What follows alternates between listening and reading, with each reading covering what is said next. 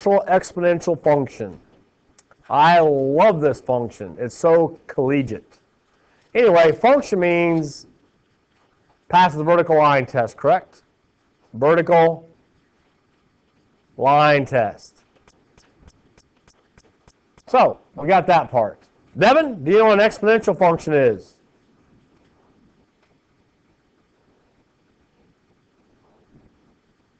Oh, it's a to the x when the variable's in the exponent. If a is bigger than 1, we say it's an increasing function, correct? If a is between 1 and 0, we call it a decreasing function, correct? What's the domain for an exponential function? It is all real numbers, very good. Does anybody remember the range of an exponential function? Yeah, so on the range, it has to be greater than 0 because there's a horizontal asymptote. So, we know what function means. We know what exponential means. We're adding one word to our natural exponential function. There are certain transcendental numbers. You've been exposed to a few of them.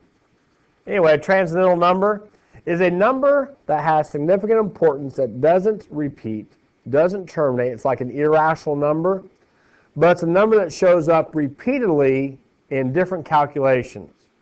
For instance, no matter how many times you divide the circumference by the diameter, you always come up with the same number, which is what? Pi.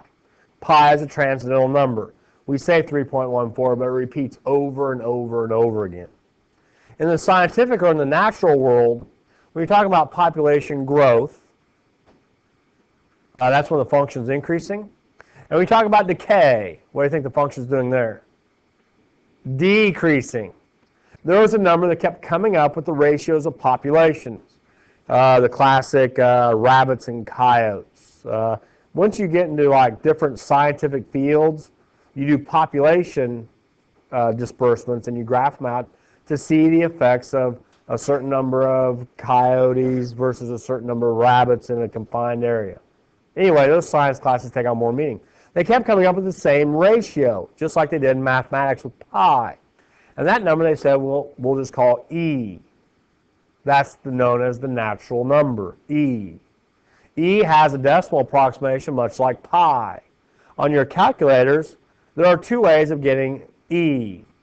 One is above the division key if you hit second. That is E, very similar to what pi is.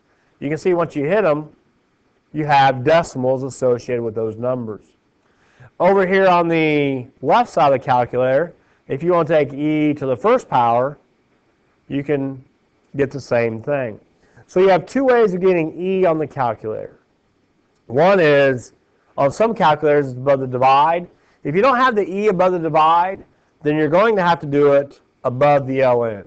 Okay? Some calculators have two ways of getting E. Some calculators have one way of getting E. So E is around 2.72. Okay? Questions on where the E button is on your calculator. Question on how to access the decimals for E. Excellent. So, anyway, yes, there are people that study populations quite a bit, actually. It's a very lucrative business. So it's around 2.72. This is around 3.14. So anyway, we're going to work with exponential functions in which the base is going to be E. Okay? Again, it's a very popular number. Some people study E quite a bit. So, that's in case I'm not here. The natural number is E, population growth and decay. Since E is 2.7, it's obviously bigger than 1, so it's going to be a growth model. It still has a horizontal asymptote, and it still has our y-intercept at 0, 1. So, all those things are true because it is an exponential function. The only thing fancy about it is it has a 2.7 as the base instead of E number as the base. Okay? So don't get all oohed and awed over it, but it is, nevertheless, your second transcendental number you've been exposed to. Okay? Eventually it will. Like if you know how many rabbits there are, and you'll find the number of coyotes, you can use exponential functions. But if you want to go backwards, you have to use logs. Fantastic. So, anyway, use the graph of e to the x. Here is e to the x. Probably looks something like this, don't you think? Y equals e to the x. Wouldn't you say it looks something like that? 0, put in 0 for x, you get out 1 for y and things and so on. Okay? What happens if you put 1 in for x? You get 2.72 out for y, don't you? Fantastic. Are you ready, Trevor? I'm ready. If you put e to the negative 2x into the calculator, where would the parentheses go? Around the negative 2 and the x, correct? If you have to type it into your calculator, you have to put parentheses around that. We've talked at great length how certain numbers affect certain functions. Bx minus d plus c. This negative 2 would represent an a b.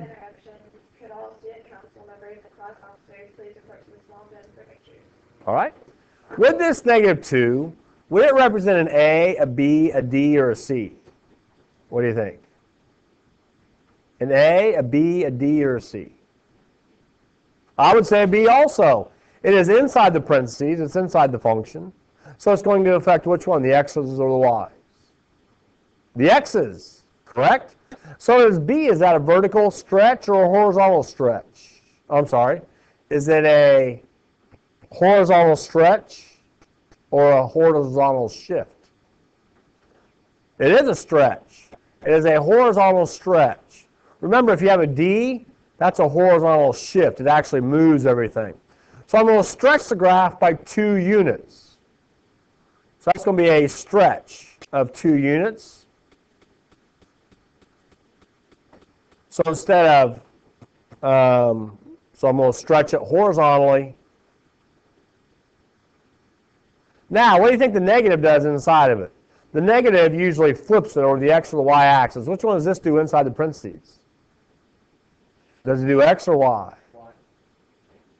I think it flips it over the y axis. Because if I put in 1, let's see, if I put in 0, I still got 1. No change. There's no shift. This would change if there's a shift. There is no shift. If I put in a 1, though, however, all of a sudden I'm going to get a very small decimal. So yeah, it should be a shift over the y-axis. So it should look something like this. Let's see, we said a horizontal stretch. It should look some. Actually, it's going to be a compression. It does the opposite as y. So it should be based on all of our information. And I got a tweet this morning about education, so it's kind of fun. When we do this, it should be compressed and flipped over the y-axis.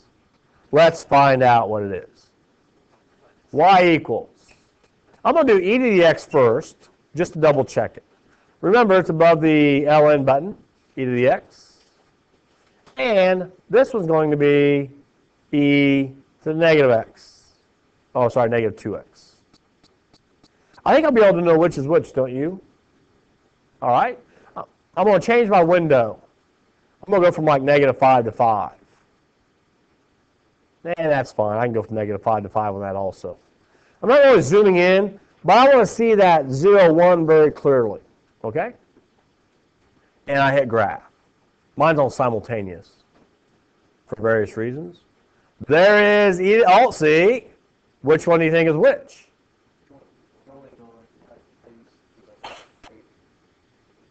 I would agree. Do you see how the one on the left, that has to be the e to the negative 2x, doesn't it? Mm-hmm. It's narrower because of the horizontal compression. It's flipped over the y-axis, so that is what those two things do. This one is just sort of standard garden variety exponential function with base 2.72. They both go through. How can I move that dot I just made, the pink dot? How am I going to move that left to right? Inside the parentheses or outside? Inside. If I'm going to move it left to right, so I have to add a number to that if I want to move it. Okay? But it's very important to know how things work because you're going to have to come up with equations on why things work. Moving on. Oh. I like this stuff a lot. Here's my classic e to the x graph. Some people don't even graph them out because they know exactly what the graph's going to look like. Again, we're back to this. A f of bx minus d plus c. What letter, A, B, D, or C, does the 2 correspond with? A. So that's going to be a vertical because it affects the y's, doesn't it? Mm-hmm. And it's going to be a vertical stretch. So instead of 0, 1, I would stretch it up to get 0, 2. Am I shifting the graph up any? So the horizontal asymptote stays the same place. There you go. So the horizontal asymptote. And it flips. That's what the negative does. Over which axis? The x's or the y's? We just had an x-axis flip when it was in the parentheses. So if the negative's in here, it's going to go over the y-axis. If the negative's out here, it's going to go over the x-axis. Okay? Let's find out. I see I wouldn't waste the time to graph it out, but I know some people do. Negative 2, second, e to the x. Simultaneous, here we go. Oh, it is flipped. Look at that. And what's this point down here on the 0 what? Yeah, 0, negative 2. Well, remember, a horizontal compression moves it closer to the y-axis. A vertical compression moves it closer to the x-axis. So I'm actually pulling the graph away from the x-axis. That's why it's known as a stretch. Compressions move closer to the axis. Stretches go away from the axis. Okay? Fantastic. Isn't this exciting? Hello? Isn't this exciting? Yeah. It is. I got a tweet today. If your class is good, I will talk about it. I am. Miss Jones is now on the recording forever. And she's not very perky today. For all ERT. Ready? Wait a minute. We already have, well, time is in years, we know that. P is the original amount, original. A is the ending amount, total in the account. And, wait a minute, when n equals 1, that's compounded annually, right? When n equals 2, that's compounded semi-annually, correct? Yeah. When n equals 4, it's compounded quarterly. Yeah. When n equals 12, it's compounded what? Monthly. When n equals 360, it's compounded what? Daily. When n equals infinity, yeah, continuously. That's what continuously means. Good. So it's every second of every minute of every day of every week of every month of every year, it's being compounded. So compounded continuously means you're going to use the equation A equals P-E-R-T. The rate is a decimal, 0.R, that's a decimal. I don't know, whatever you want to call it. Time in years. Yeah, we got this. We're ready to go, aren't we? Oh, the big main concern is that you put the parentheses in the correct place, around the R and around the T, and then you're in good shape. Okay? Yes? Yep. Did you do that? No, I didn't. Yeah, maybe later if we have time. If not, we can always do it tomorrow. All right, so let's do this. This is a calculator question. If $100 is deposited in a savings account that pays an interest rate of R% per year, compounded continuously, that means to me n is infinity. That means A equals P to the RT. Pringles. It is. I love Pringles chips. In fact, I might buy some this week for the big blizzard coming. Wait, there's another one coming? There it is. Saturday. All right. I deliver Saturday. So, here we go. Focus, Miss Jones. Here we go. Saturday afternoon. Saturday afternoon. Ready? A equals 100 E to 0.065 times 10.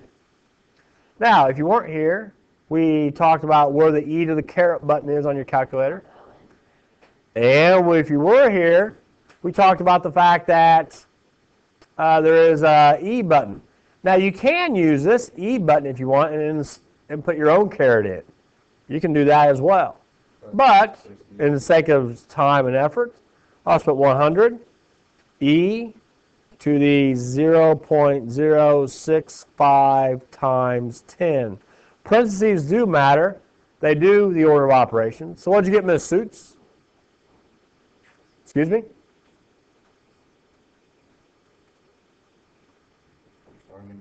That's okay.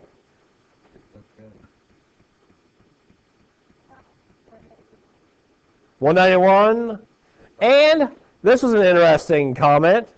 The other day, somebody goes, "Yo, what do we round to?" I go, "Okay, it's a money problem, so I'm thinking pennies." Oh, got it. I think the kid just woke up and just wanted to be included. 191.55. So, $100 for 10 years at 6.5%, give you $191.55. Pay it off to begin with. There you go. Moving on. Credit cards are scary. Okay. Here we go. Try this one on your own. Tick tock, tick tock. See if you can punch it out and get the right answer.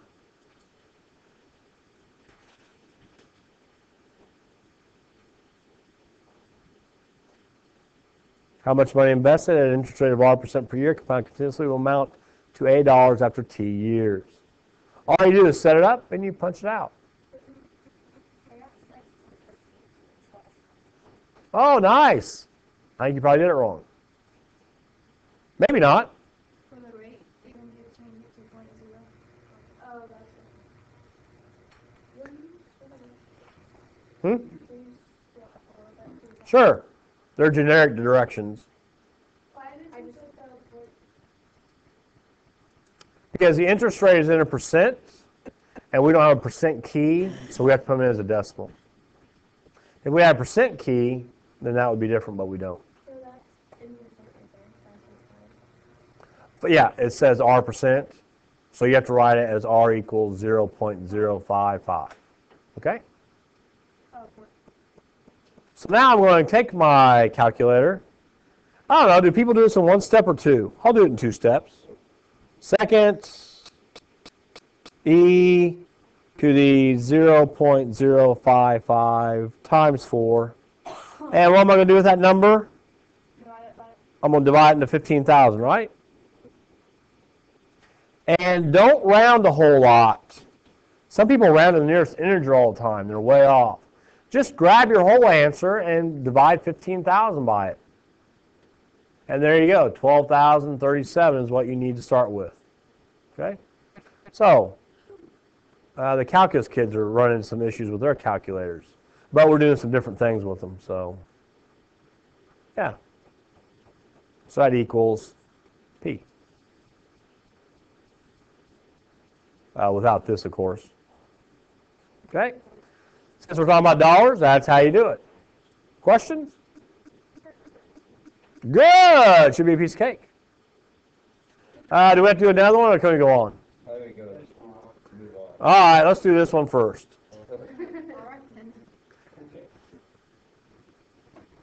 Find the interest rate. I like this question. Where's that? Well, because so many people can't do it. Like if I'd asked Drew right now to do it, he'd say, "I can do it," but he wouldn't get the answer.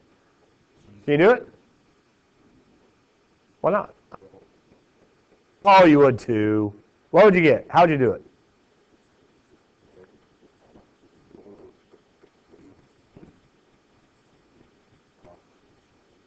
Perfect. Now, since we can't actually physically see what's going on in there, oh no. Tell them I'm busy. It's Mason Silver. All right. So, Quick question. no, out. We need to borrow you for class acts. Okay, I'll be there in a minute. During homeroom. Homeroom. During space room. Okay, small gym. All right. All right. See you there. Wait a minute, we're in the middle of Drew doing a picture, or doing a problem. Go ahead. No, you can't. It's going to be a while. Get to class. Go ahead, how do you do it? DVP, nice. You can divide by 400. Excellent. I wouldn't do that, but go ahead. Why not? Oh, because whenever I'm in doubt, I always do the same thing. Rough it out. I do. Now you got this. See, we don't know anything about logs yet, but some people might remember, but we're not there yet, so we can't use logs to solve this. So my calculus kids are going through this right now. When you don't know how to do something, I would always set the equation equals 0 and solve for the x-intercepts. See where it crosses the x-axis? I would subtract the 8, 9, 20, but my question before we get there is, how do you set up the window for R? R is going to be between what two numbers? Yeah, it's going to be between 0 and 1. Because it's a decimal that goes from 0 to 100%, right? That's exactly what I would do. I'll go to y equals, clear this, 890, 0.2, oh sorry, 400. 400, caret, x times 16. What about I got it in there, don't I? oh, I did. Minus 890.20. Oh, shoot. Y equals. There we go. You don't have to put. I have the caret. Yeah. On yours, it just comes up. Oh, some they just come up right. And now my window, I'm going to go from 0 to 1%. Or 0 to 100%, sorry. The y's I could care less about. I just want to see where it crosses, right? I go to graph. There it is. How do you find that? Calculate 0. Calculate 0. We've done this over and over. I went to calculate 0. I changed my window from 0 to 1 because it's a decimal. Oh, 0 to 1? Yeah, I did 0 to 1. I did 100. No wonder I couldn't see any. 0 to 100? No, 0 to 1. Because it's a decimal, because 1 means 100%. Okay. Then I go to the graph. Second, calculate 0. Hey, I found I'm just going to Google it. 0 to 1, guess 0.5. There we go. so 4.9. So it'll be 5. It would be. It'd be 5%. Now, once we learn logs, you don't have to go through this. But some people, once they see this, like this better than doing logs. It's all about solving the question. Okay? So R equals 0.05 or 5%. So that's how you should do some of your interest rate problems. Okay? How much time do I have left? 7 minutes? Nice job, Drew. What do you do with the same bases? We'll do this one and call it quits for the day. Set what? Set the exponents. No matter what the base, you can still set the exponents equal to each other. The domain is still all real numbers, so x can equal anything you want. X equals -1. Okay? I know. That's because the domain is all real numbers. You don't have to worry about anything. It's still an exponential function. Okay? So x can equal anything. You can have any exponent. How far do we get? What page? Number 11. 11, that's it? Yes. Well, they're all the same ones, the base ones, so you can go to 13 if you really want to. 13. We're going to have to pick them up and put them down tomorrow, but we can do that. Okay. 1 through 13. How about we do 15? Try 15 on your own. Page 13. Oh. Page 130 something. Do you have tomorrow's lesson already put online? Page 311. Oh, it was real close there. 1 through what? 15 odd. He was like, I don't know, page 1. It's 1:30 something. All right. Very good. Nicely done.